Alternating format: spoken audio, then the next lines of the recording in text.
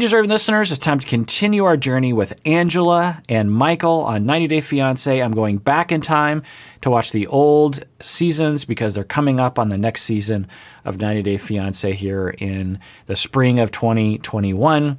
Let's watch the show.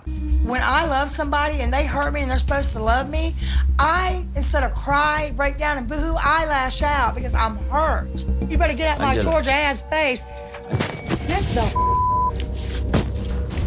I'm gonna be. Yikes. So now they're getting violent with each other. Is this why y'all wanted me to watch this couple? Is because of these moments? This is frightening to watch, honestly, because I think that they're both capable of really hurting each other physically and emotionally. So I didn't show all the clips that I've been watching, but to recap, they had an argument about the cheating that he admitted to, and then he said that he didn't completely come forward with all the truth and revealed more of the elements of the cheating, and then she was hurt and angry, naturally. And then they were going to have a conversation. He went up to go talk to her, and he's very reserved and quiet, and she started to lay into him, saying, things that were mildly aggressive, I think, to him. And he stood up and walked away and said, I can't stand the way she talks to me.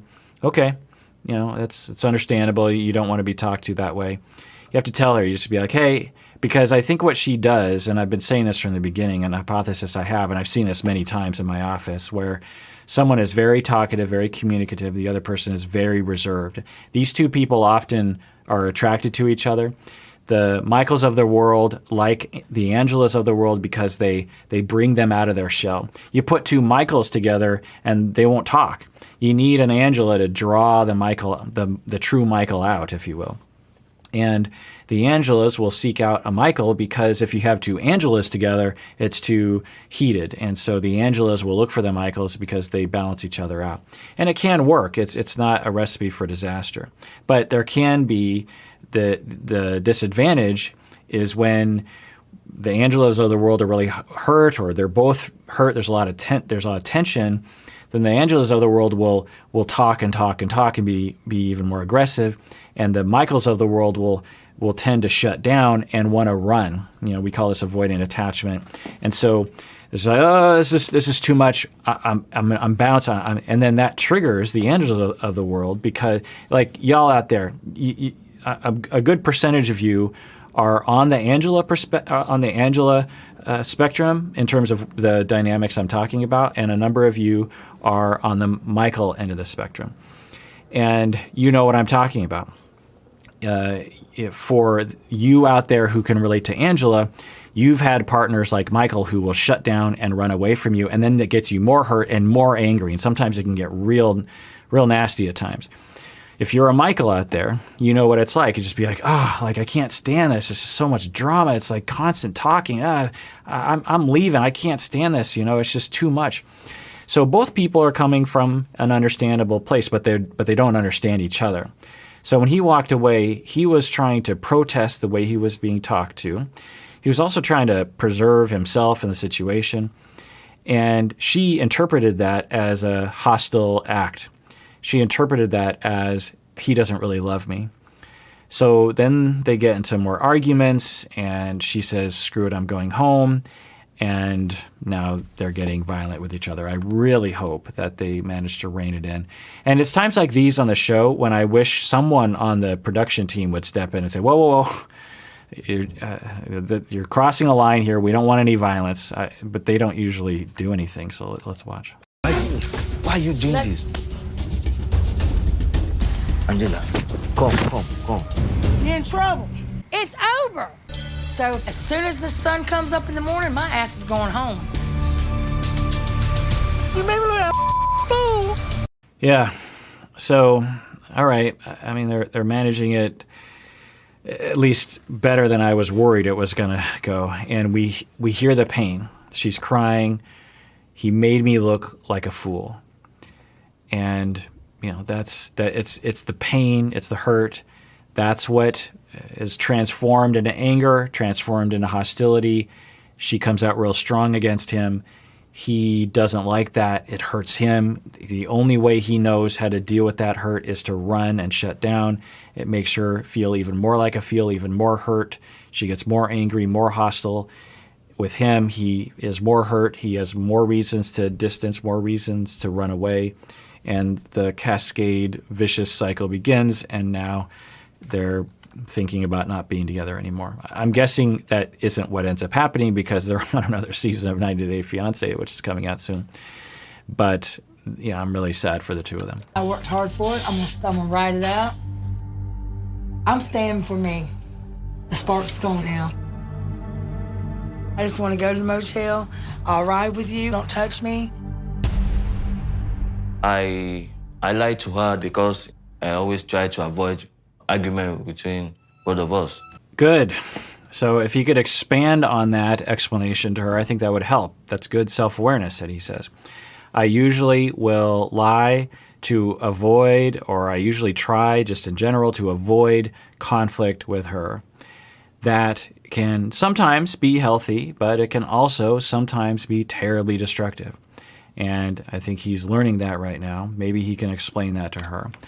Because that doesn't excuse it, but it does explain it. That's always the point, is that we can make mistakes, we can admit it, we can say we're sorry, and we can say, I should have known better, but here's why. It's actually one of the elements of a good apology that's studied by research. When you look at the elements of an apology that actually helps people to move forward in life, and helps the individual to refrain from doing it again in the future, a big part of it is knowing why you did the thing in the first place. A lot of people on this show and in life will apologize, and they'll say, I'm really sorry I did it. You know, you see these public apologies. I'm really sorry that I did this. I'm sorry I hurt other people, these kinds of things. And then full stop, that's it. It's just a lot of, I'm really sorry that I did this to you. Will you please forgive me? And that's part of a good apology, but a very important part of the apology, in my experience and according to research, is knowing why you did it in the first place.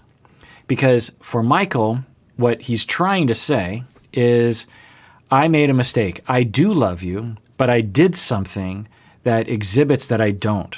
How could those two things exist in the same world? I love you and I want to be with you, and yet I did this other thing. Those things can't live in the same universe unless you have a good explanation for those two things. And there often is a good explanation, but you have to know who you are, and you have to know why you do things, and you have to know how to communicate that, and the other person has to understand it. So let's see if they can do that. Days, maybe there'll be a change in heart, but I have been down this road of lies, and I don't know what you don't understand about it, that it really makes me psycho. I know. I need to work on myself. Again, yeah, okay, but I don't trust nothing. I know. I'll make it up to you. Trust me, please. So this is a step in the right direction. He's saying he's sorry. I'm going to make it up to you. You have to trust him. He's really putting a lot of effort, really trying to show that he cares, really trying to retain the relationship. But again, a lot of people on the show, they don't say, here is why I did it. Without that, Angela walks away going, okay, I guess I'm convinced, maybe, but it's not very convincing. It's not a convincing story. It's like, yeah, I made a mistake. I'm sorry. Please, take me back. Okay, so it's not very convincing. The other thing is we don't know if he even knows why he does anything. And that's an important part of being able to live a healthy life, but also to reassure other people that you're thoughtful, that you think. If he had some kind of a story like, this is what I was thinking, this is why I did that, I've learned from my mistake. That's another part of the apology that needs to be included. Here is why I did it, and here's what I learned. I now learn, so I have a new mindset, I have new skills, or I have a new practice that I will put into play that will prevent me from doing that again. If you just say, I'm sorry, please take me back, without exploring why you got there in the first place, then you're probably going to do it again. Because if you have no idea why you do anything, then you're just going to repeat over and over again. And this is where therapy comes into play. If Michael went to therapy and said, I cheated. I don't understand what happened. Please help me understand why I did that. It's a wonderful topic for therapy that there's a lot of exploration and a lot of things that could be explored there. And so maybe Michael just hasn't had that opportunity. I don't know. So good on Michael for just apologizing up and down. But if I were Angela, I wouldn't be very trusting because there's no explanation as to why it happened in the first place. I don't know how to explain it. I'm just not happy, Michael. I didn't know it was going to be this hard. I really didn't. But I can't live my few good years left arguing and fighting. So as an analogy or as a similar situation, let's say that you give your teenage daughter the keys to the car. And you say, okay, I'm going to trust you with this car. I need you to drive safe. And then she calls you on the phone and she says, I crashed the car. You're upset, you're worried, you get down there, she's okay, the car is totaled.